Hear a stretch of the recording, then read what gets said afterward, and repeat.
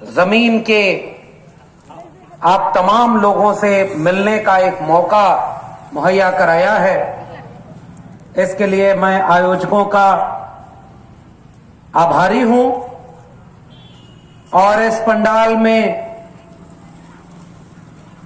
इस कार्यक्रम स्थल पर आए हुए आप सभी लोगों को मेरा क्रांतिकारी जय भीम, जय मंडल, जय संविधान है, इंकलाब जिंदाबाद है। भाटापारा छत्तीसगढ़ के सम्मानित लोगों,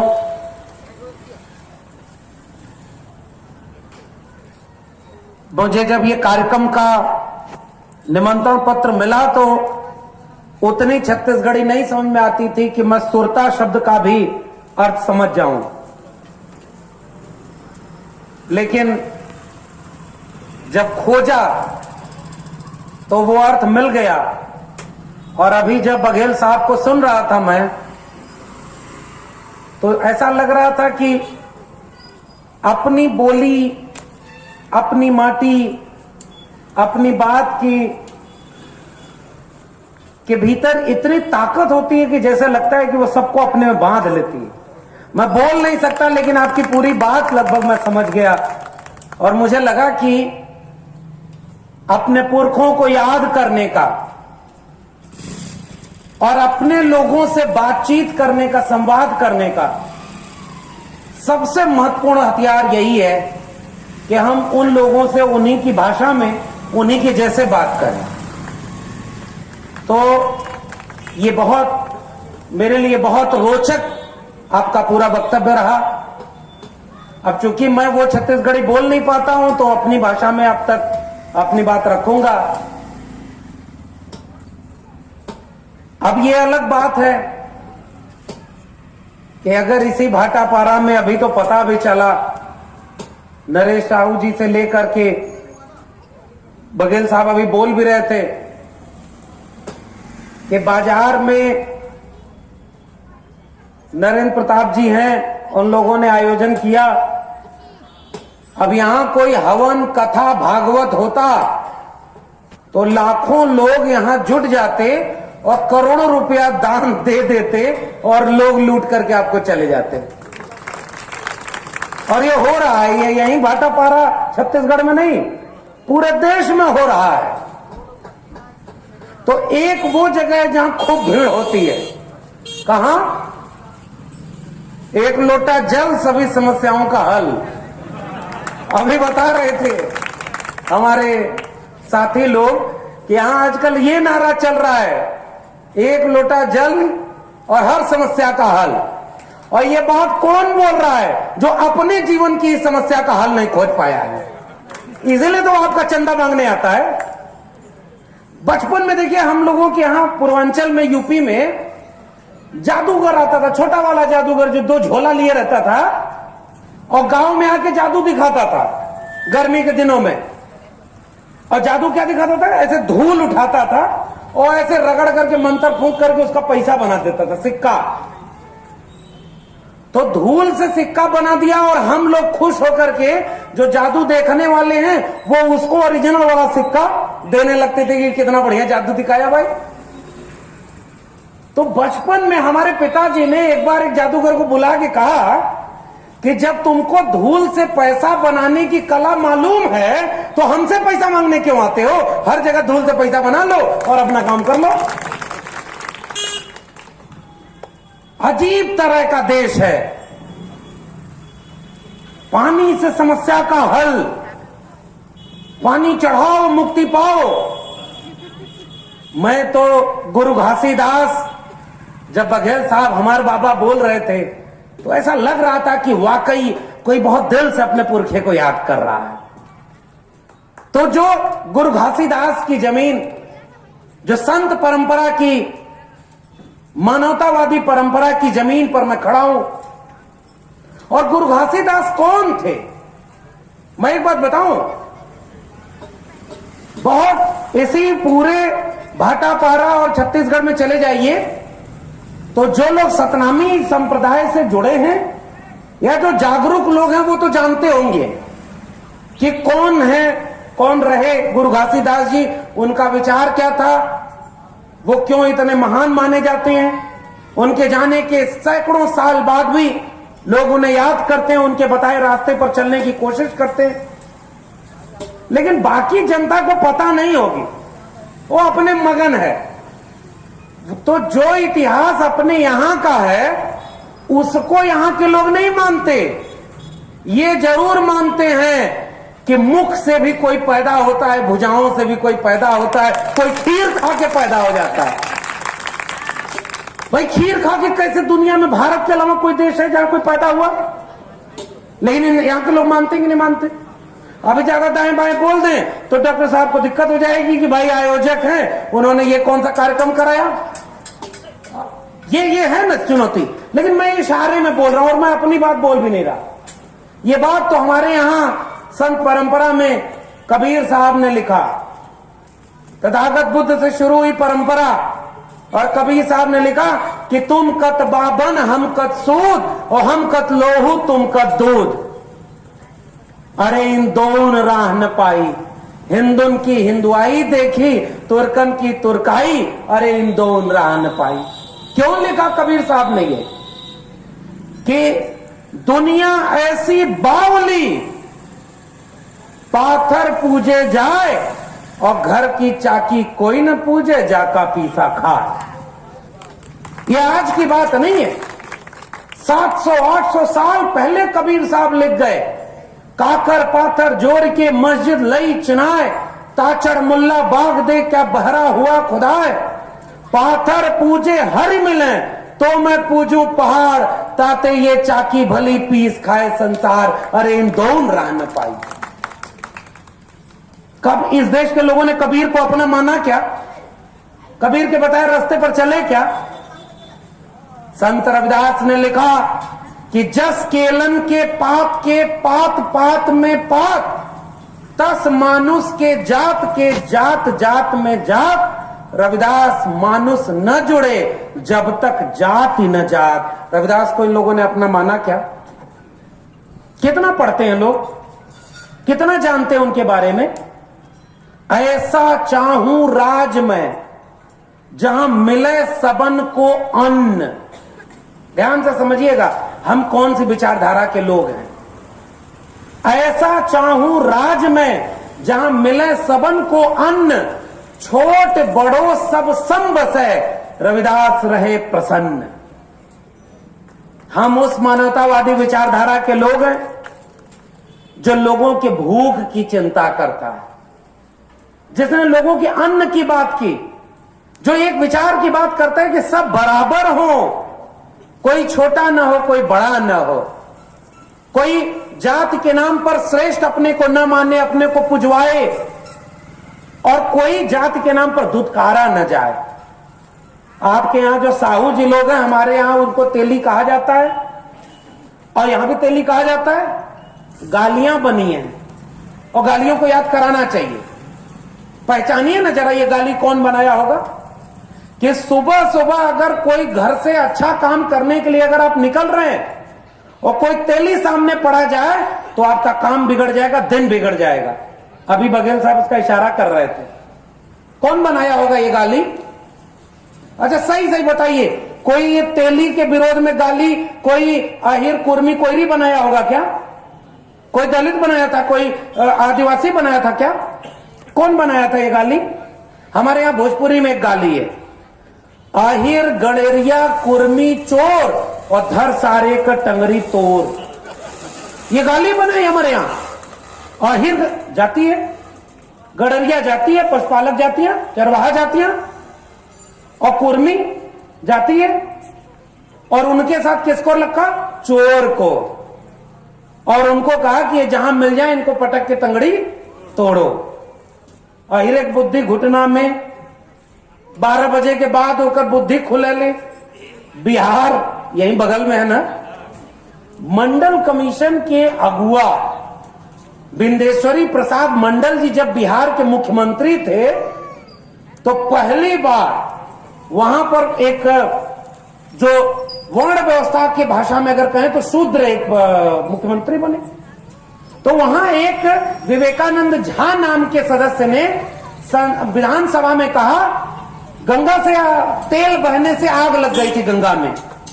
तो वहां विधानसभा में कहा कि अगर शूद्र मुख्यमंत्री बन जाएगा तो गंगा में आग नहीं लगेगी तो और क्या होगा।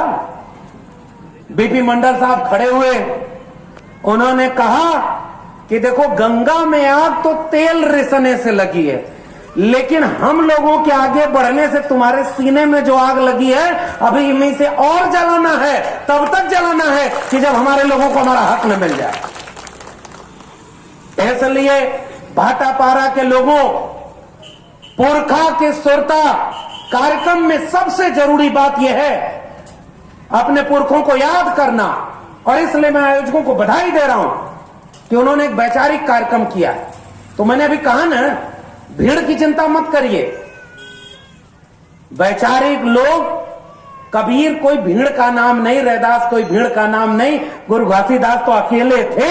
और आज भी जब तक इस इलाके में शोषण, अन्याय, अत्याचार और गैर बराबरी रहेगी, गुरु घासीदास हमेशा जिंदा रहेंगे। वो अकेले एक शख्स का नाम है, भीड़ का नाम नहीं है। विचार जिंदा रहता है। और भीड़, वो एक लोटा जल सभी समस्याओं का हल वाले जादू टोने चमत्कार वालों में होगी, और दूसरी जगह भीड़ कहां हो रही है आजकल। नाच गाना करवा दीजिए, नाच गाना करवाइए, बिना बुलाए भीड़ आ जाएगी। ये सब लोग दुकान बंद करके एकदम तमाशा देखेंगे, या लंगर लगवा दीजिए, खूब भीड़ होगी। क्योंकि उसमें दिमाग नहीं लगाना पड़ता है, मनोरंजन होता है। तो एक मनोरंजन नाच गाना कथा भागवत में होता है, और दूसरा कोई धार्मिक कार्यक्रम हो, भजन हो, झूमना हो। एक बात बताइए, झूमने में कोई ताकत लगती है? कोई बुद्धि लगानी पड़ती है? आपकी दुकानदारी नहीं चल रही है, फिर भी भजन कीर्तन होगा तो आप झूमने लगेंगे कि नहीं? आप जो मान रहे हैं एक लोटा जल, और अगर आप घर जाकर के कोई कह दे कि तुम्हारी दुकानदारी इसलिए नहीं चल रही है क्योंकि तुमने एक लोटा जल चढ़ाया, आप 5 लोटा जल चढ़ाओ, और 5 लोटा जल चढ़ाने लगेंगे कि नहीं चढ़ाने लगेंगे? अब सोचिए, हमारे यहां एक कहावत है, किस्से चुटकुले। एक आदमी, ज्योतिबा फूले साहब ने तृतीय रत्न नाटक में यह बात किस्सा लिखा, और ये किस्सा मैं हर जगह सुनाता हूं। इससे जो लोग समझ जाते हैं समझ जाएंगे, जो लोग नहीं समझेंगे नहीं समझेंगे। उन्होंने कहा कि एक आदमी बहुत गरीब था, इसी वंचित शोषित जमात का था। तो गरीब कमजोर आदमी परेशान होकर के किसके पास जा रहा है? जिसको कहा गया कि मुखस्य जायते ब्राह्मण, भूदेव हैं वो, देवता के अवतार हैं धरती पर, तो उनको तो सब ज्ञान है, सब कुछ मुक्ति है, और ग्रह दशा देख लेते हैं। अच्छा एक बात बताइए, मंगल ग्रह को पता है क्या कि उसके नाम पर इस धरती पर, पृथ्वी पर लोगों का ब्याह शादी टूट जाता है? नहीं पता होगा ना, लेकिन मंगल के नाम पर यहां ब्याह शादी टूट जाएगा। तो ज्योतिबा फूले ने एक किताब लिखी है, मैं उस किताब का नाम ले रहा हूं, और यह किताब भारत सरकार और महाराष्ट्र सरकार ने प्रकाशित करवाई है। तो ज्योतिबा फूले क्या लिख रहे हैं कि एक आदमी बहुत परेशान था, ऐसे ही जैसे भाटापारा के लोग बहुत परेशान होंगे। भाई बहुत खुशहाल आपको आसपास कोई दिखता है क्या? हर आदमी परेशान है। कोई अपनी तरक्की न हो पाई इससे परेशान है, कोई अपनी तरक्की से ज्यादा पड़ोसी की तरक्की से परेशान है। परेशान तो सब है ना। वैसे ही एक आदमी चला गया तो पंडित ने कहा कि देखो तुम इसलिए परेशान हो क्योंकि शनि ग्रह तुम्हारा ठीक जगह पर नहीं है। शनि ग्रह को नहीं पता है कि उसको किस जगह पर रहना है, लेकिन यहां इस धरती पर रहने वाले व्यक्तियों को पता है। तो उसने कहा कि शनि ग्रह ठीक जगह पर नहीं है। तो कहा कि हुजूर क्या करना होगा? तो कहा एक हवन करा लो, हम शनि को ठीक जगह पर ले आएंगे। तो कहा कितना खर्चा होगा? तो कहा कि मान के चलो पुराना समय रहा होगा तो 10,000 मान लेते हैं। आजकल अगर शनि ग्रह को ठीक जगह पर कराना होगा तो 1-8 लाख तो लगेगा ही। अब उसके बाद क्या हुआ कि उसने कहा कि आदमी कि हमारे पास इतना पैसा नहीं है 10,000 रुपया। तो पंडित जी ने कहा कि चलो 50% सेल लगा देते हैं, आधा छूट दे देते हैं, 5,000 में तुम्हारी हवन कर देंगे। ये नाटक में लिखा है, मैं कोई अपने से कोई कहानी नहीं बना रहा हूं, ये तो हमारे पुरखों ने लिखा है भाई, जिन पुरखों को हम याद कर रहे हैं। तो उन्होंने कहा कि चलो अच्छा 5,000 में तुम हवन करा लो, तुम्हारा शनि ठीक जगह पर आ जाएगा।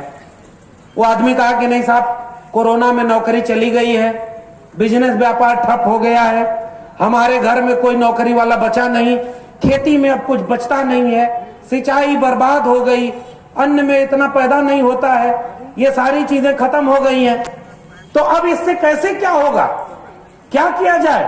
तो उन्होंने कहा कि अच्छा चलो बहुत गरीबी है तो 1000 रुपया दे दो, एक ऐसा मंत्र दे देंगे कि 1 महीने के लिए शनि ठीक जगह पे हो जाएगा। वो आदमी कहा नहीं हुजूर इतना भी नहीं है।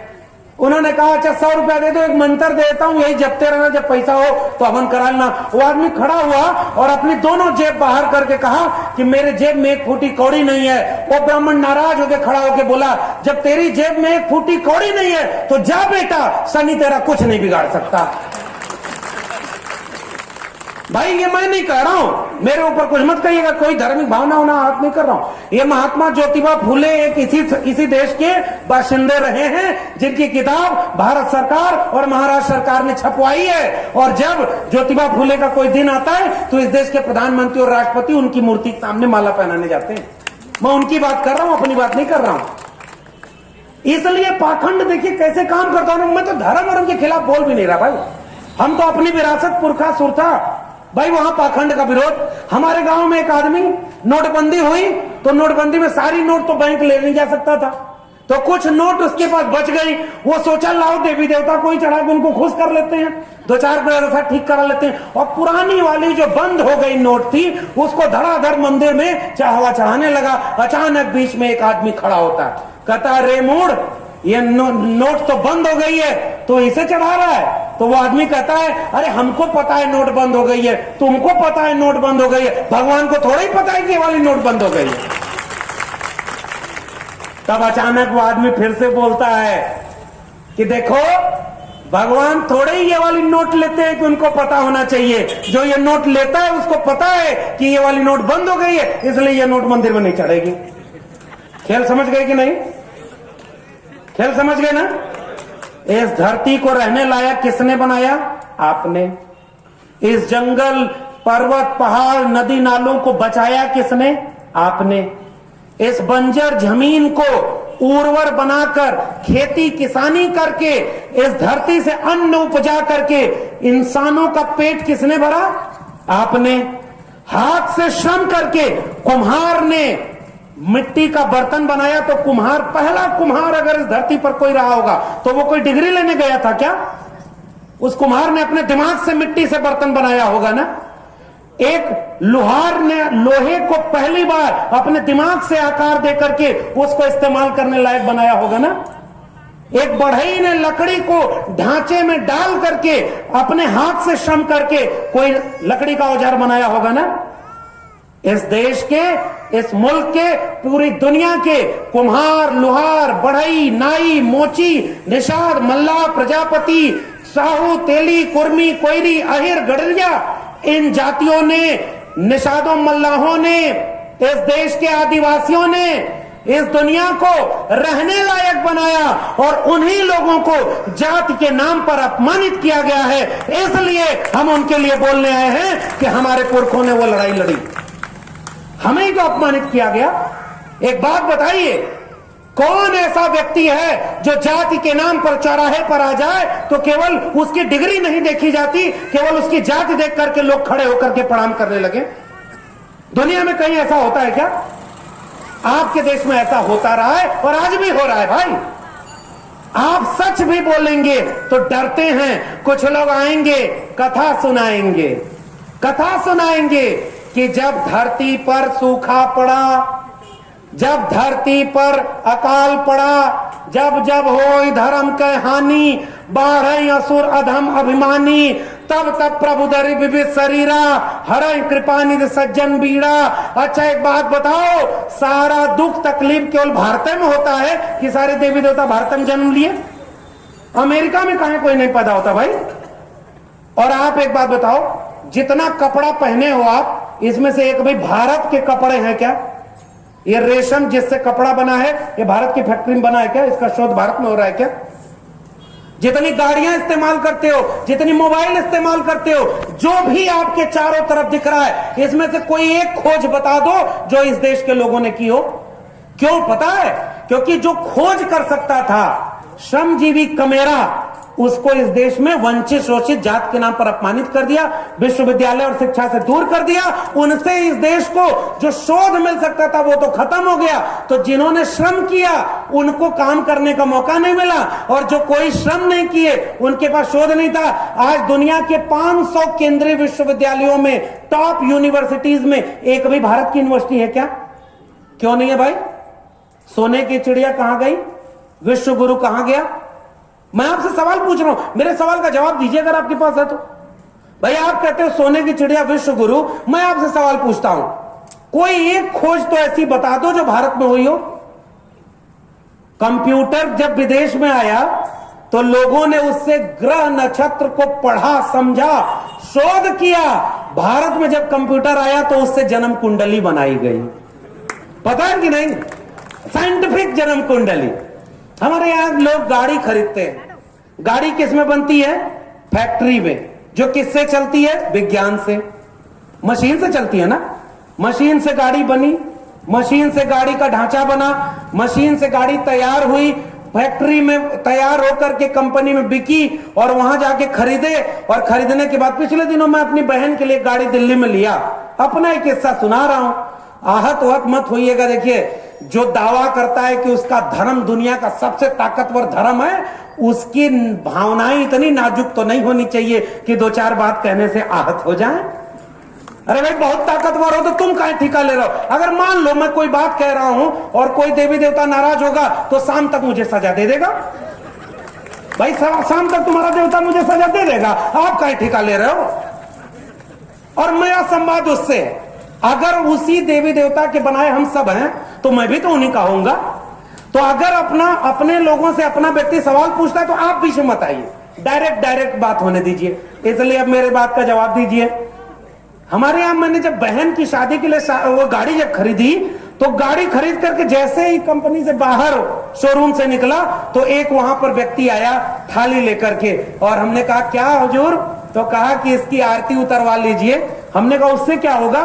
कहा कि इस गाड़ी में जो बुराई होगी, जो इसमें कुछ गड़बड़ होने वाला होगा वो ठीक हो जाएगा। हम इसका आरती चंदन कर देंगे, इसकी पूजा कर देंगे, इस पर तिलक लगा देंगे तो इसकी जो बुरी चीजें हैं वो कट जाएंगी।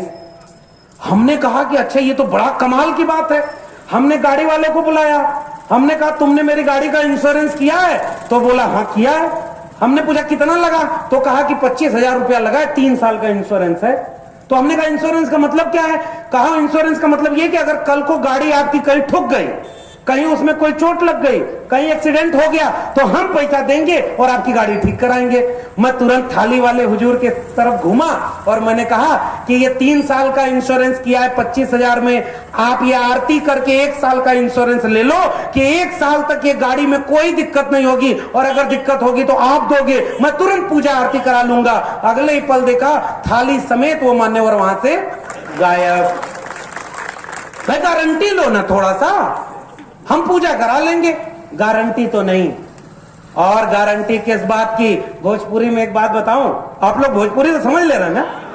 हमारे यहाँ गाँव, हाँ वो एक ही है, एक ही माटी, एक ही बात है सर। हम सब का दर्द एक ही है। इसीलिए तो आजमगढ़ में रहने वाले, दिल्ली में रहकर पढ़ाने वाले एक व्यक्ति को, जिसको कोई नहीं जानता, डॉक्टर साहब ने फोन किया, इन लोगों ने आमंत्रित किया और हम आपके बीच में हैं, क्योंकि हम लोग का रिश्ता विचारों का रिश्ता है।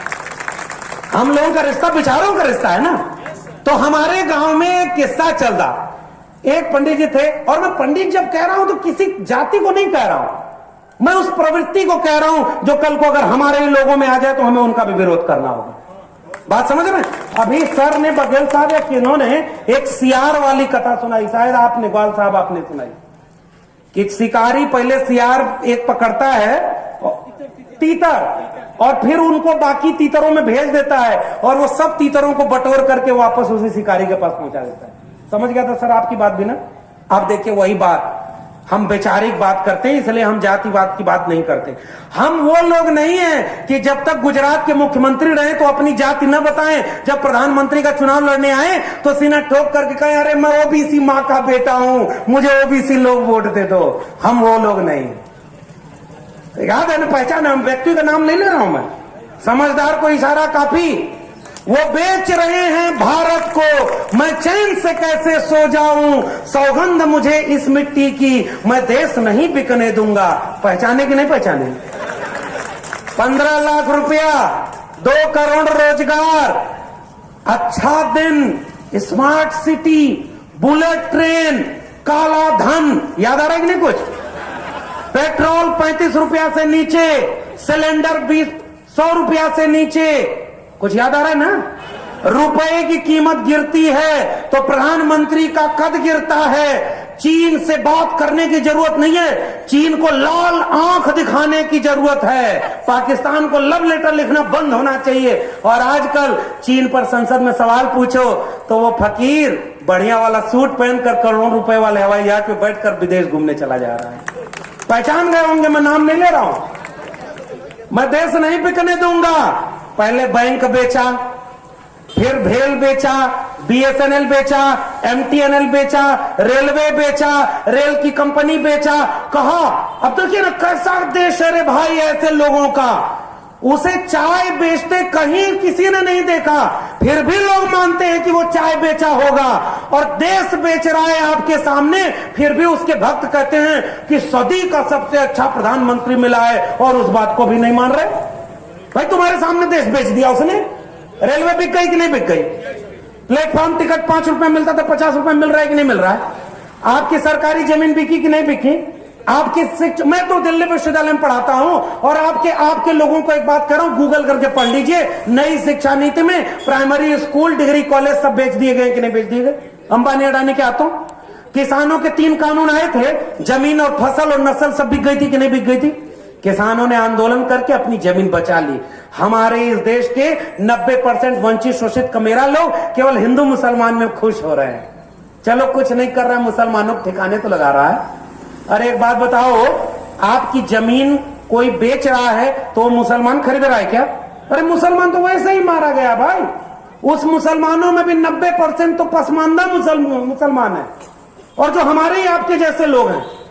और केवल नफरत की आग, और केवल इसलिए कि धर्म के नाम पे लड़ाओ। मैं रायपुर से भाटापारा आते आते सबसे ज्यादा प्रचार देखा तो एक तो चलो मुख्यमंत्री जी प्रचार कर रहे हैं कि 4 साल बेमिसाल, चलो ठीक है, नेता होता लोग हैं अपना प्रचार करते रहते हैं। दूसरा सबसे ज्यादा बोर्ड किसका देखा? मां भगवती का जागरण।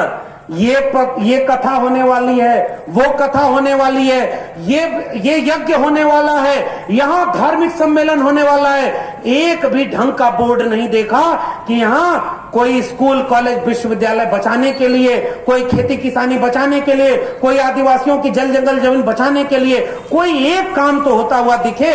मुझे अफसोस है कि वो सब नहीं दिखा। इसका मतलब क्या छत्तीसगढ़ में आपके इस बच्चों की शिक्षा, आपके बच्चों की नौकरी, आपकी जल जंगल जमीन खतरे में नहीं है, केवल धर्म खतरे में है? मैं आपसे पूछ रहा हूं, बताइए ये धर्म के नाम पर इतनी संसद की जरूरत क्या है भाई? अब आइए उस चुटकुले पर।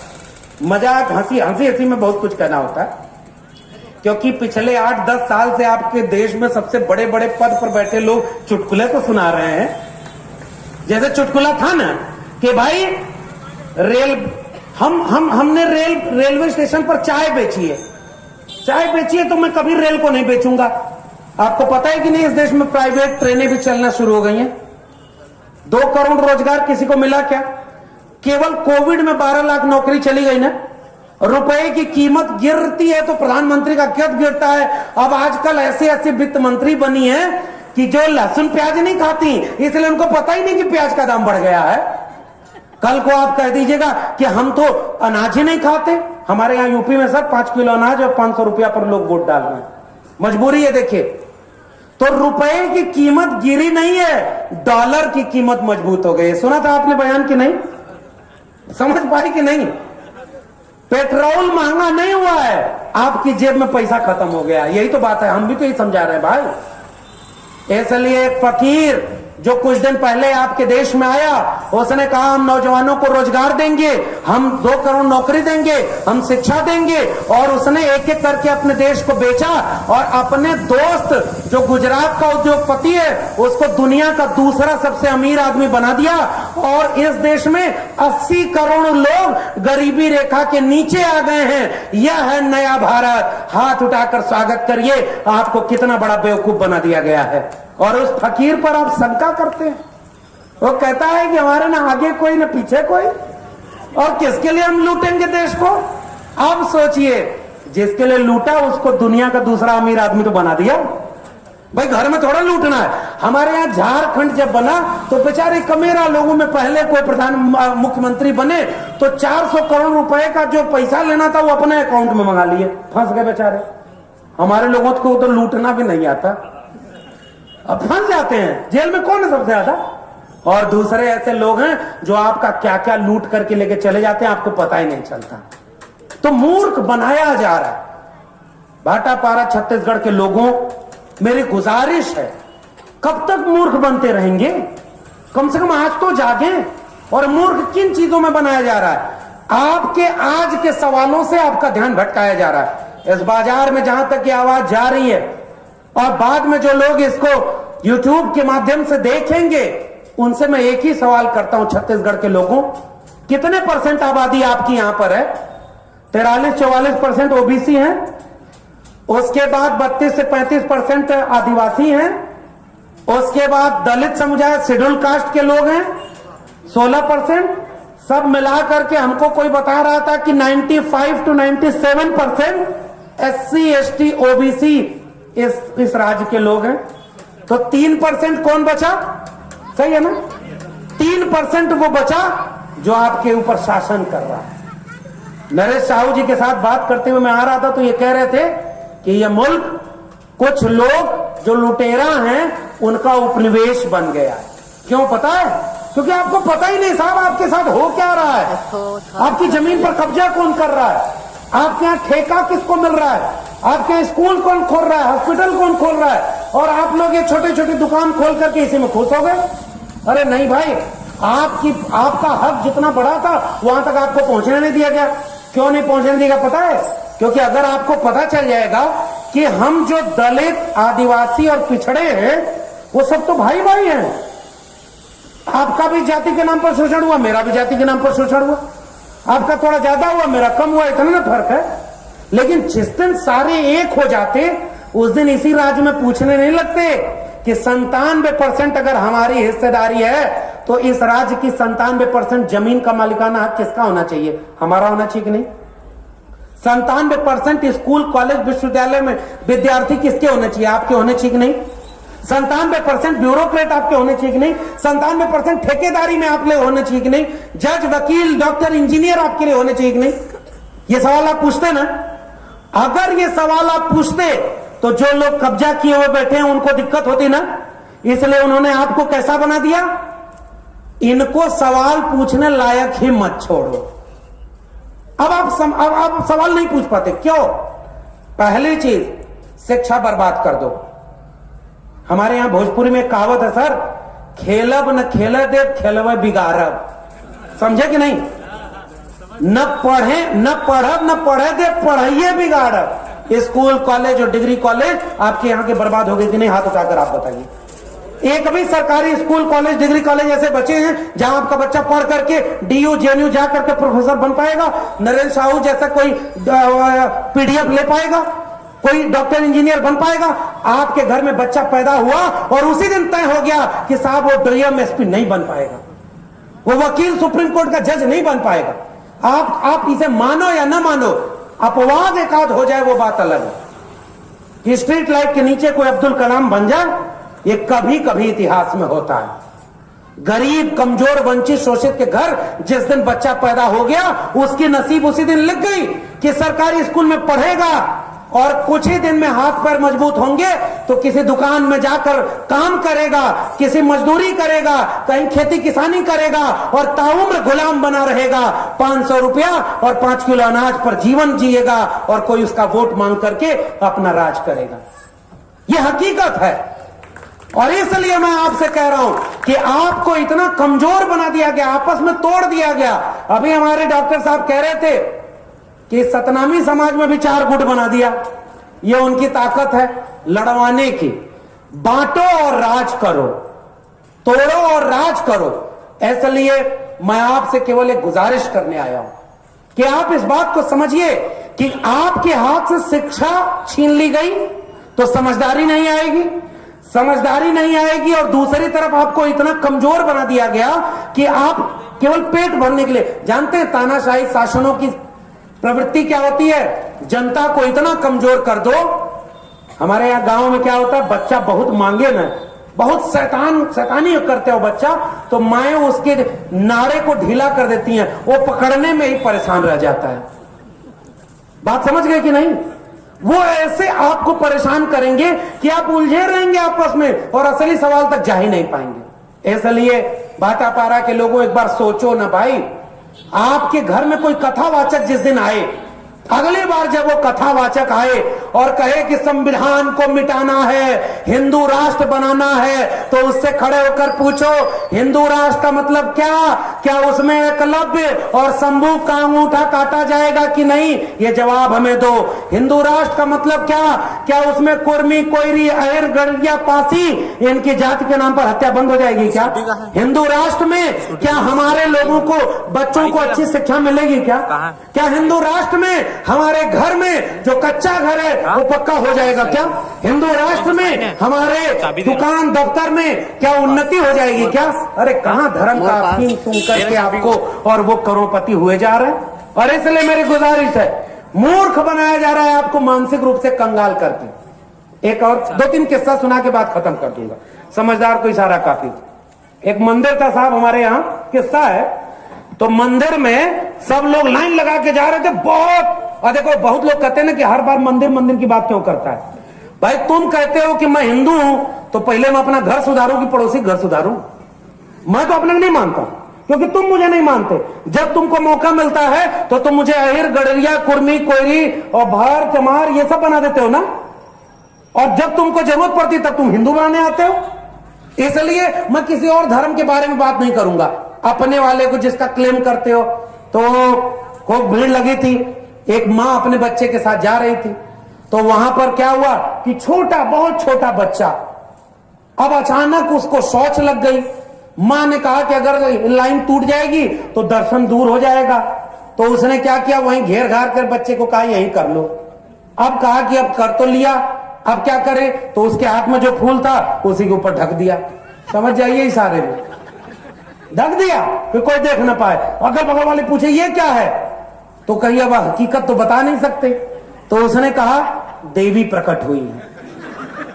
मैं भी कथा सुना रहा हूं भाई, मैं भी एक कथा ही सुना रहा हूं। तो उस महिला ने कहा देवी प्रकट हुई है। तो कहा कि कौन सी देवी? तो कहा हंगामा देवी प्रकट हुई है। और उसके बाद वो बगल वाली महिला भी अपना सारा फूल उसी पर चढ़ा दी। फिर और अगल बगल वाले लोग देखे कि ये क्या है, तो कहा अरे नहीं देवी प्रकट हुई है। तो कहा कौन सी देवी? कहा हंगामा देवी। और खूब फूल सारा वहीं चढ़ने लगा। अचानक पूरा मंदिर की तरफ भीड़ जो जा रही थी वो इधर आ गई। अब मंदिर वाले परेशान, अरे भाई ये क्या हो गया बीच में, और आके कहे कि ये क्या हो गया, क्यों यहाँ फूल माला चढ़ रही है? तो सब लोग बोले कि अरे भाई देवी प्रकट हो गई। तो कहा कौन सी देवी? कहा हंगामा देवी। कहा अरे ऐसे कैसे देवी प्रकट हो जाती है, रुको हटाने दो फूल। और सारा फूल हटाया गया और अंत में क्या मिला? इस देश में फिल्म बना करके संतोषी मां को मां बनाकर, देवी बनाकर प्रकट कर लिया गया। याद है कि नहीं आपको? पुराने लोगों, आप याद करके बताओ। संतोषी मां का जिक्र किसी हिंदू धर्म के किसी ग्रंथ में नहीं है, और एक नई देवी पैदा हो गई कि नहीं? मैं किसी देवी देवता का अपमान कर रहा हूं क्या? मैं नहीं कर रहा हूं ना, मैं तो आपसे सवाल पूछ रहा हूं भाई। मैं आपसे यह सवाल पूछ रहा हूं कि अगर इस देश में मंदिर इतने हैं और सारे इंसान उस भगवान, उस खुदा, उस ब्रह्म के बनाए हुए हैं, तो जिस दिन भूख से किसी का बच्चा रोता है उस दिन वो भगवान क्या कर रहा होता है? जिस दिन कोई मां बहन की आबरू लूटी जाती है, कोई बेरोजगार आत्महत्या करता है, कोई किसान कर्ज में डूबकर जान दे देता है, कोई भूखों मर रहा होता है, उस दिन देवी देवता क्या कर रहे होते हैं? मैं तो आपसे सवाल कर रहा हूं भाई। और मैं भी चाहता हूं कि मेरा अगर कोई देवी देवता है तो आकर मुझे गलत साबित कर दे, मैं उसी दिन उसकी पूजा करने लगूंगा। मैं गलत सवाल कर रहा हूं क्या? अरे भाई, देवी देवता अगर सच में थे, अगर कोई राम अगर वाकई होंगे तो क्या इस बात से खुश होंगे कि कोई जय श्री राम बुलवाने के नाम पर दाढ़ी और टोपी देख करके इस देश में लिंचिंग करके मार डाला गया? किसी भगवान के नाम पर यह हत्या हो, वो भगवान चुपचाप बैठ करके देखे? नहीं होगा ना। अगर वाकई कोई भगवान होगा तो किसके पक्ष में खड़ा होगा? इंसान के पक्ष में। और तब मुझे गुरु घासीदास याद आते हैं, जिनके 7 सिद्धांतों में से एक सिद्धांत था कि हिंसा नहीं करेंगे, हत्या नहीं करेंगे, मांसाहार नहीं करेंगे, व्यभिचार नहीं करेंगे, चोरी नहीं करेंगे, डकैती नहीं डालेंगे और सत्य की उपासना, सत्य उपासना भी नहीं, सत्य को एक मानेंगे और वही है सतनाम। ये बताओ कि अगर इस राष्ट्र को कोई राष्ट्र बनाना है तो ये हिंदू मुसलमान राष्ट्र छोड़ो, जैसे गुरु घासीदास बनाना चाहते थे इंसान का राष्ट्र, वह राष्ट्र बनाओ, हम आपके साथ खड़े होंगे। लेकिन आप क्या करते हो साहब? दिन रात हमें दंगाई बना रहे हो। रोज हिंदू मुसलमान के ना, ये कथा भागवत वाले जितने कथा करने वाले आए उनसे एक सवाल पूछना कि जब आपके इलाके का स्कूल बर्बाद हो रहा था तब वो कहां था? जब आपके जिले का डिग्री कॉलेज बर्बाद हो रहा था, नई शिक्षा नीति में बेचा जा रहा था, तो एक कथा भागवत करने वाला कहां था? कोरोना में जब लोग मर रहे थे सांसों के बिना, तो सबसे पहले अगर किसी का दरवाजा बंद हुआ तो वो मंदिर, मस्जिद, गिरजाघरों का दरवाजा बंद हुआ।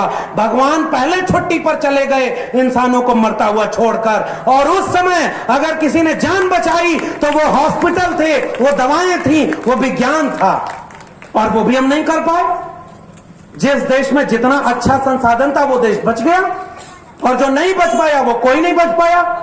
इसलिए मेरी गुजारिश भाटापारा छत्तीसगढ़ के लोगों, हमारे आपकी मुक्ति किसी मंदिर से मिलनी होती तो हमारे पुरखों को इतना जलालत न झेलनी पड़ती।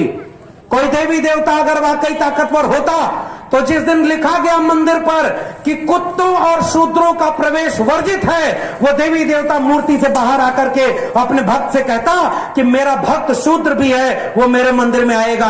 क्यों वो देवी देवता चुपचाप हमारा अपमान सहता रहा? ये मेरा सवाल है ना भाई। और इसलिए अब इसमें तुम्हारी भावना हत होती है तो मैं याद करूंगा अपने पुरखे कबीर को, संतो मानुष तन बौराना। गुरु घासीदास के कर्म भूमि, जन्म भूमि के लोगों, सुनो आपके संत लोगों ने क्या कहा कि बाहर से एक मुर्दा लाए, नून तेल घी साना, ता मुर्दे की बनी रसोई, घर भर करत बखाना, संतो मानुष तन बौराना। और अपने घर का बच्चा मर गया, देखत ताई घिनाना, पर जार फूक कोयला कर दी है, औघट घाट नहाना, संतो मानुष तन बौराना, संतो मानुष तन बौराना।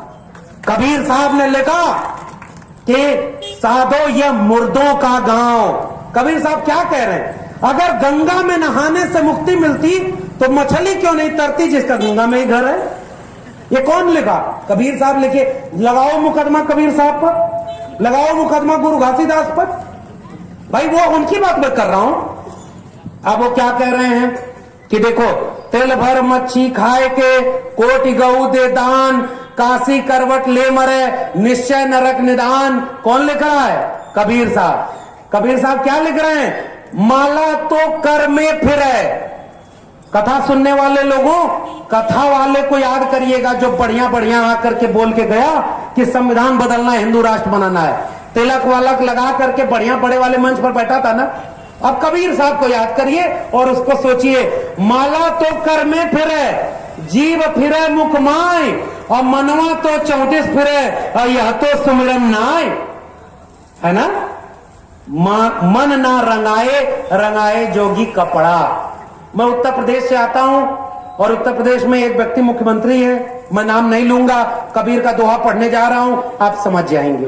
मन ना रंगाए, रंगाए जोगी कपड़ा, आसन मार मंदिर में बैठे, ब्रह्म छाड़ पूजन लागे पथरा, और कनवा फड़ाए जटवा बढ़ैले, दाढ़ी बढ़ाए जोगी होई गई न बकरा, और मथवा मुड़ाए जोगी कपड़ों रंगैले, और गीता बाँच के होई गई न लबरा, और मन न रंगाए रंगाए जोगी कपड़ा।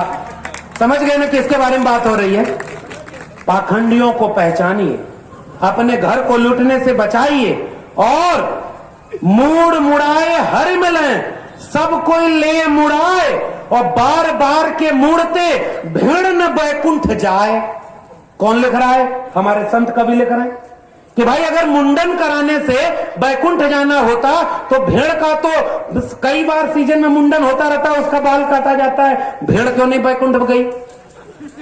हमारे लोगों ने कहा मन चंगा तो कठौती में गंगा, मोको कहां ढूंढे रे बंदे, मैं तो तेरे पास में, ना मैं मंदिर ना मैं मस्जिद ना काबे कैलाश में, ना मैं जप में ना मैं तप में, ना मैं व्रत उपवास में, खोजी हो तो तुरते मिल हो पल भर की तलाश में, कहे कबीर सुनो भाई साधो सब श्वासों की श्वास में। ये हमारी विचारधारा है। हमारे बच्चों को मंदिर मस्जिद के नाम पर पाखंडी बना दिया गया, हम लोग बर्बाद होते देख रहे हैं। अरे भाई एक बात बताओ, जिस नेता को आप सुनते हो कि सबसे ज्यादा जहरीला भाषण आपके बीच में आकर दे कि उठो हिंदुओं, हिंदू धर्म खतरे में है, उस नेता का कॉलर पकड़ करके पूछिएगा तुम्हारा बेटा बेटी हिंदू धर्म बचाने आया है कि नहीं आया है? मेरे सवाल का जवाब दो। जो नेता आपको हिंदू धर्म बचाने के लिए ले आ रहा है उसका बेटा बेटी कहां होगा पता है? किसी अच्छे स्कूल में पढ़ने गया होगा, विदेश में डिग्री लेने गया होगा। वो बड़े बड़े नेता आपके बच्चों की शिक्षा बर्बाद कर दिए और अपने बच्चों को हिंदू धर्म कहानी बतवाते हैं। भाई इस देश का गृह मंत्री जब ये कहता है कि हम हिंदू राष्ट्र बनाएंगे तो अपने बेटे जय शाह को बीसीसीआई का चेयरमैन कहां बनाए रे भाई? उसको भी कथावाचक बना देता। हालांकि कथावाचक बना देगा तब वो उतना पैसा कमा लेगा, पैसा बहुत है उन सबों पर।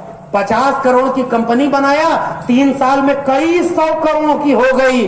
और हमारे आपके घरों में जाकर मोहल्ले वालों देखो, बुजुर्ग लोगों को देखो, रिटायर्ड लोग बैठे हुए हैं, आपके घर में नौकरियां खत्म होती जा रही है कि नहीं हो रही?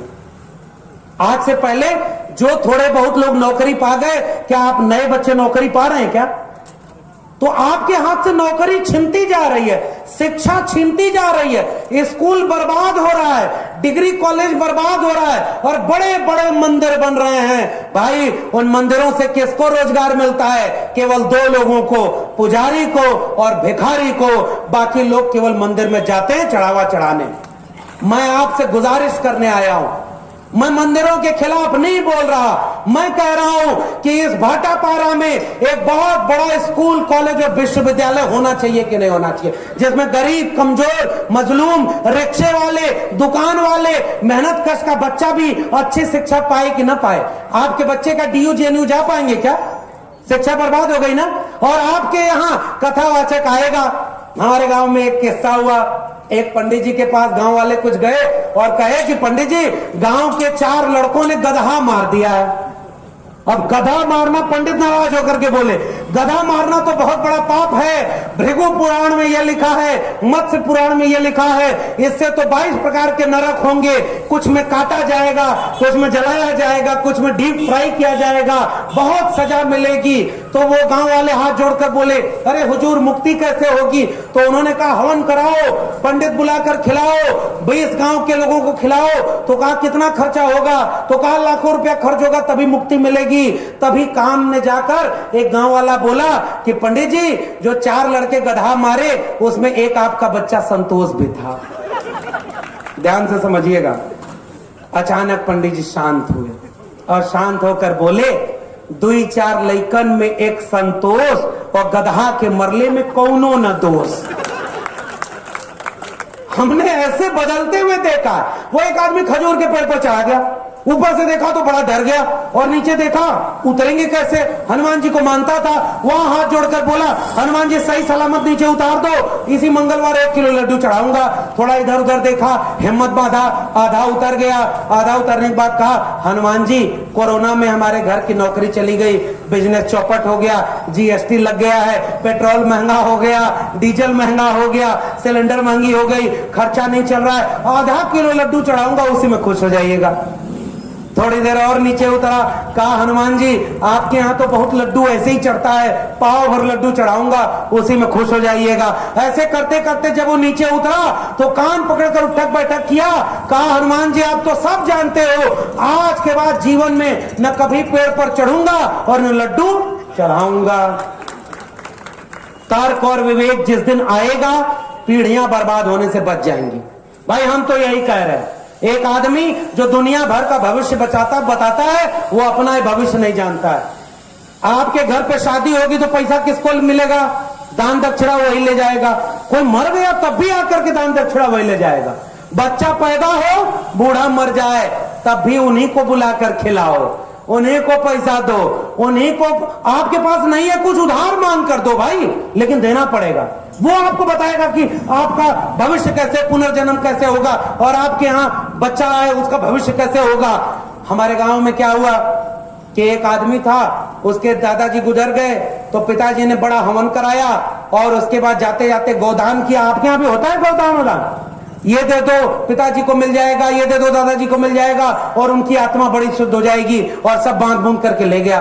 कुछ दिन बाद पंडित जी वो आए और आकर कहे तो पिताजी हाथ जोड़कर खड़े हुए कि अरे दादाजी कैसे हैं वहां ऊपर? तो कहा कि बहुत मजे में हैं, गाय का बढ़िया दूध पीते हैं और बढ़िया अपना रहते हैं, बस एक कमी है, उनको नींद नहीं आती क्योंकि चारपाई नहीं है उनके पास।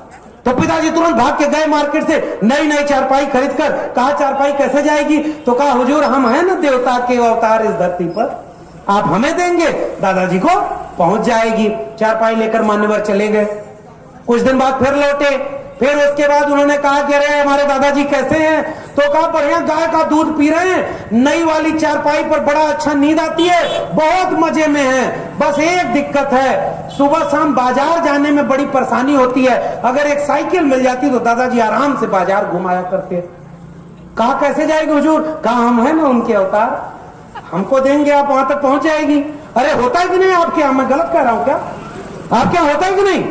और उसके बाद नई नई साइकिल उनको खरीद कर दे दी गई, वो झूमते हुए चले गए, और पोता ये सब देख रहा था। तीसरी बार जब महोदय आए और पिताजी ने पूछा कि दादाजी कैसे हैं? तो कहा बहुत मजे में हैं, गाय का बढ़िया दूध पी रहे हैं, नई चारपाई पर सो रहे हैं, और नई वाली साइकिल से घूमने जाते हैं। तुरंत पोता बीच में खड़ा होकर बोल पड़ा कि ये मान्यवर झूठ बोल रहे हैं। कहा कैसे झूठ बोल रहे हैं? तो कहा कि दादाजी बहुत परेशान है। तो कहा क्या परेशान है? तो कहा कि पिताजी ने ये जो तीनों चीजें दी थी वो तो उन तक पहुंची ही नहीं। अब वो नाराज होकर खड़े होकर बोले तुमको कैसे पता नहीं पहुंची? तो कहा दादाजी ने देखो हमको एक चिट्ठी लिखकर भेजी है कि बेटा तुमने जो नई वाली साइकिल भेजी, नई वाली चारपाई भेजी, और जो गाय भेजी थी वो तो हम तक पहुंची ही नहीं। अब वो महोदय और नाराज कि तुम्हारे पास ये चिट्ठी किस रास्ते आई है? तो पोता बोला उसी रास्ते जिस रास्ते आपने गाय भेजी थी, चारपाई भेजी थी और साइकिल भेजी थी। पाखंड का जवाब तर्क और वैज्ञानिकता है। दिमाग लगाएंगे तो गुलाम नहीं बनेंगे, दिमाग नहीं लगाएंगे तो पीढ़ी दर पीढ़ी गुलाम बनते जाएंगे। आपको भक्त बनाकर भगवान के नाम पर व्यापार करने वाले सब कुछ लूट जाएंगे। आखिरी में भाटापारा के लोगों, मैं तो ये बातें कहकर चला जाऊंगा, मुझे भी बड़ा जोखिम है, ये सब बातें कहना आप जानते हैं आसान नहीं है, ये सब बहुत मुश्किल भरा काम है, बहुत जोखिम है इन सब में, कब कहां कौन आ जाए। लेकिन फिर भी जब गुरु घासीदास को याद करता हूं कि सतनाम पर विश्वास रखना, सत्य एवं अहिंसा, धैर्य, लगन, करुणा, कर्म, सरलता और व्यवहार, तब मुझे याद आता है कबीर जब नहीं डरे, रैदास नहीं डरे, पलटू दादू भीखा नहीं डरे, बुल्ले शाह बाबा फरीद नहीं डरे, ज्योतिबा फूले, शाहू जी महाराज, डॉक्टर भीमराव अंबेडकर, मान्यवर कांशीराम, राम स्वरूप वर्मा, जगदेव बाबू मंडल और बिरसा मुंडा, जयपाल मुंडा, सिद्धू कानू, ये सब नहीं डरे। हमारे पुरखे उनके पुरखों से नहीं डरे, तो अब तो हम लोग इतने लोग हैं, हम लोग किस बात के लिए डरेंगे? अपने हक के लिए लड़ाई लड़ते रहेंगे। और आखिरी निवेदन यही करके जा रहा हूं, एक ही निवेदन। हमारे आयोजक हैं और इन लोगों ने बहुत मेहनत की है भाई। और डॉक्टर साहब, आपने जो यहां पर कारवां जुटाया है, इस कारवां का एक मकसद होगा। मैं नहीं कहता किसको वोट दीजिए किसको मत दीजिए, कम से कम अपने बच्चों के भविष्य की चिंता जरूर करिए। मैं नहीं कहता कि आपको क्या राजनीति करिए मत करिए, वो आप बेहतर जानते हैं मुझसे। मगर एक सवाल पूछिए साथियों कि 97% आरक्षण कौन रोक रहा है? ये हिंदू राष्ट्र वाले हमारे आरक्षण का विरोध क्यों करते हैं? ये हिंदू राष्ट्र वाले ईडब्ल्यूएस का आरक्षण का विरोध क्यों नहीं करते हैं? ये हिंदू राष्ट्र वाले आरक्षण को गाली क्यों दिए? आरक्षण को बैसाखी भी क्यों बोले? और जब ईडब्ल्यूएस आरक्षण आया तो क्यों उसको गाली नहीं दिए? आपको पता है ना ईडब्ल्यूएस आरक्षण क्या है? सुदामा कोटा। सुदामा कोटा का मतलब समझते हैं? अभी बघेल साहब जब कह रहे थे कि हम लोग तो देव हैं, देने वाले हैं, हमारे यहां कहा, एक हमारे फकीर के ऊपर लिखा, राजा फकीर को मानता था और लुटाता था अपनी सारी जायदाद। तो कबीर साहब के जमाने का किस्सा है कि उससे किसी ने पूछा कि ऐसी देनी देन जो कई समझाओ सैन, और जो जो कर ऊंचो कियो तासो नीचो नैन। कि भाई ये कैसा दान देते हो तुम? दान देते हो तो तुम्हारा सर झुकता चला जाता है, और लोग तो यहां कुछ नहीं भी देते हैं तब भी थैंक यू मोदी जी का पूरा देश में प्रचार करवा देते हैं। वैक्सीन लगाई, थैंक यू। अरे देश में और कोई देश ने वैक्सीन नहीं लगाई? और कोई देश वैक्सीन नहीं लगाया फ्री में? हमारे यहां पोलियो की वैक्सीन फ्री में नहीं लगी थी। हमारे यहां बेच दिया जा रहा है, कफन बेच देंगे, चमन बेच देंगे। कलम के सिपाही अगर सो गए तो वतन के सिपाही वतन बेच देंगे, ये याद रखिएगा। और जब बिक जाएगा ना तो आपके बच्चे आपको याद करते हुए गर्व नहीं करेंगे कि हमारे बाप दादा अपनी आंखों के सामने सब बिकते, लुटते, बर्बाद होते, चुपचाप देख रहे थे, भजन कीर्तन सुन रहे थे, एक लोटा जल सभी समस्याओं का हल सुन रहे थे। क्या नाच होगा हमारे आने वाली पीढ़ियों को हमारे ऊपर? और तब ये कह रहा हूं, हम लुटते हुए देख रहे हैं भाई। एक व्यक्ति संविधान की प्रस्तावना आयोजकों को सैल्यूट करिए। यहां सबसे केंद्र में अगर कोई तस्वीर रखी तो किसी इंसान की नहीं, हमारे विचारधारा की और भारत के संविधान की तस्वीर रखी। जब यह संविधान नहीं था तो हमारे जीवन को पशुओं से बदतर बनाया गया। यह संविधान लागू हुआ तो इंसान बराबर और मानुष एक समाना हो गया, जो गुरु घासीदास का था। तब जाकर के हम बराबर हुए। इसलिए मैं आयोजकों को बधाई दे रहा हूं, इनके साथ खड़े होइए। जो आज आपके साथ खड़े हैं ना, एक दूसरे को हिम्मत दीजिए। और मैं एक गुजारिश करने आया हूं, आपस में लड़िए मत। ओबीसी को ओबीसी से लड़वाया जा रहा है, शेड्यूल कास्ट को शेड्यूल कास्ट से लड़वाया जा रहा है, आदिवासी को आदिवासी से लड़वाया जा रहा है, और सबको लड़वा करके अचानक आपको हिंदू बना लिया जाएगा। मेरी गुजारिश, अधिकतम सहमति पर नहीं, न्यूनतम सहमति पर एकजुट हो जाइए। बात समझ रहे? अधिकतम सहमति पर नहीं। अरे हमारी शकल ही मेल नहीं खाती तो हमारी अकल कैसे मेल खाएगी? भिन्ने भिन्ने मतर भिन्ना, मुंडे मुंडे मतर भिन्ना। हमारे यहां 4 बर्तन एक जगह रख दीजिए तो कुछ नहीं भी करेंगे तो टकराने की आवाज आएगी। हम सब तो इंसान है भाई, सबके विचार अलग अलग हैं। और लोग कहते हैं इतने संगठन बन गए। मैं बहुत खुश दुखी नहीं होता हूं कि बहुजनों के इतने संगठन बन गए। अरे सदियों की भूखी नस्लें दोनों हाथों से खाती हैं। हमारे लोगों को जब मौका मिला तो 50 संगठन बना के काम करेंगे, और करेंगे। आपस में लड़ना नहीं है, दुश्मन पहचानिए। जंगल कटने लगा तो कुल्हाड़ी जाकर जंगल को समझा रही है कि इस कुल्हाड़ी में बेत तो तुम्हारी ही लकड़ी की है, और जंगल की लकड़ियां कुल्हाड़ी के साथ खड़ी हो गई। पूरा जंगल कट गया और कुल्हाड़ी जश्न मनाती रह गई। आपकी जात बिरादरी के लोगों को आपके आगे खड़ा करके कहा जाएगा, हम तो दे रहे हैं, नेता बना रहे हैं आपके लोगों को, लेकिन आपका हक नहीं माना जाएगा। न्यूनतम सहमति केवल एक बात, भाटापारा के लोगों 3 वादा करने आपसे आया हूं। आप हाथ उठाकर अगर मेरी बात से सहमत होंगे तो केवल मेरे साथ सहमति दर्ज करिएगा। सबसे पहला वादा, घर में भूखे रहिए, प्यासे रहिए, एक रोटी कम खाइए, एक कपड़ा कम पहनिए, लेकिन अपने बेटा बेटी को स्कूल जरूर भेजिएगा और शिक्षा जरूर दिलाइएगा। पहला वादा करिए। और दूसरा वादा, आएंगे, शिकारी आएगा, जाल बिछाएगा, आपको बुलाएगा, मगर पक्षियों उसमें फंसना मत। कुछ दिन बाद फिर कोई कथावाचक आएगा, कोई धार्मिक नेता आएगा, धर्म को खतरे में बताएगा, दूसरे धर्म को दुश्मन बताएगा। अरे मेरे भाटापारा के मेहनत कश कामगार कमेरा लोगों, कभी धर्म के नाम पर किसी दंगे में न जाइएगा, न अपने बेटा बेटी को दंगाई बनाइएगा। हाथ उठाकर इसका वादा करिए। और तीसरा और आखिरी वादा, अपने आपस में एकजुटता बनाइए। वंचित शोषित कमेरा जाति को भूल जाइए, जमात पर लौटिए। जितने लोग हाथ से श्रम करके खाते हैं वो सब एक बिरादरी के लोग हैं, और जो बिना किए हुए काम खा रहे हैं बैठ करके वो एक बिरादरी के लोग हैं। चौधरी छोटू राम ने इसे बांटा।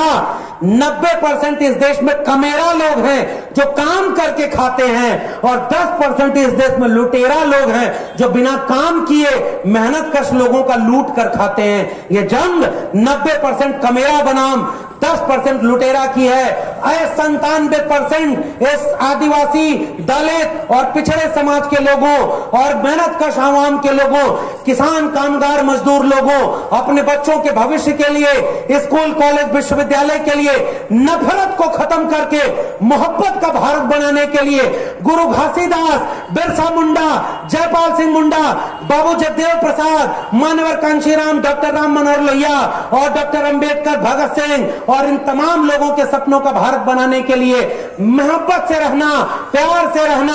कोई दंगा कराने आए तो दंगा मत करना, दुश्मनी मत करना, आप अपने में मत लड़ना। हारने का ये हुनर भी आजमाना चाहिए। जंग अगर भाई से हो तो हार जाना चाहिए। अगर ओबीसी समाज के कुछ लोगों को लगता है कि वो गलती कर रहा है, माफ कर दो।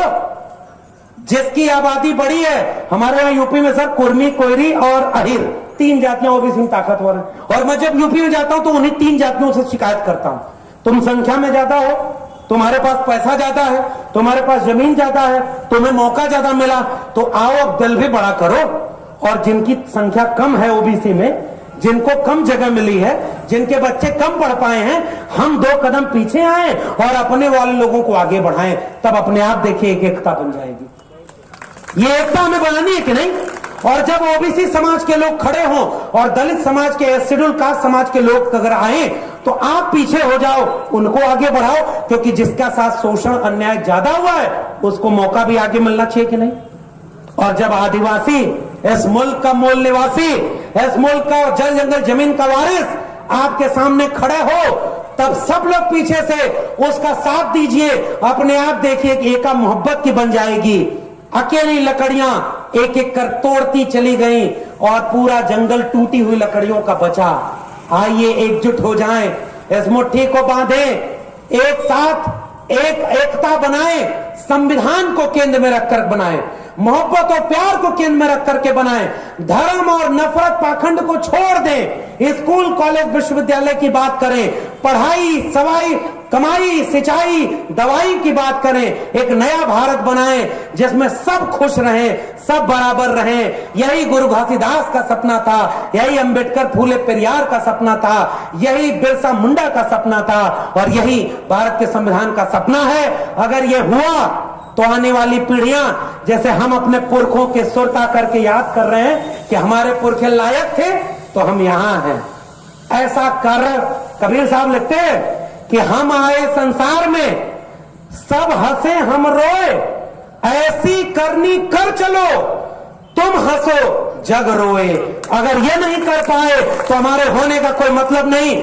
आने वाली पीढ़ी हमसे पूछेंगे साहब कि तुम जब थे तो भारत का संविधान जिंदा था, तुम जब थे तो सरकारी नौकरी जिंदा थी, बची थी, सरकारी जमीन बची थी, सरकारी कंपनी बची थी, तुम्हारी जगह जमीन थी, तुम्हारे लोगों में मोहब्बत और प्यार था। 25 साल बाद तुम हमें कौन सा भारत छोड़कर गए हो? केवल धर्म के नाम पर नफरत, मंदिर मस्जिद के नाम पर दंगा और कुछ भी सरकारी नहीं बचा, संविधान तक बर्बाद हो गया। हमारी पीढ़ियां हमारे ऊपर शर्म करेंगी। अगर आज लड़ लिए तो हो सकता है थोड़ा नुकसान हो, लेकिन आने वाली पीढ़ियां गर्व से कहेंगी कि हाँ, ये लोग केवल बिरसा, फुले, अंबेडकर, पेरियार का नाम लेकर जोर से जय भीम नहीं बोल रहे थे, जब जरूरत पड़ी तो लड़े और हमारे लिए भविष्य को बचाया। भाटापारा के लोगों, आपने मुझे सुना, बहुत बहुत धन्यवाद। जय भीम, जय मंडल, संविधान जिंदाबाद, उल गुलाम जिंदाबाद, इंकलाब जिंदाबाद।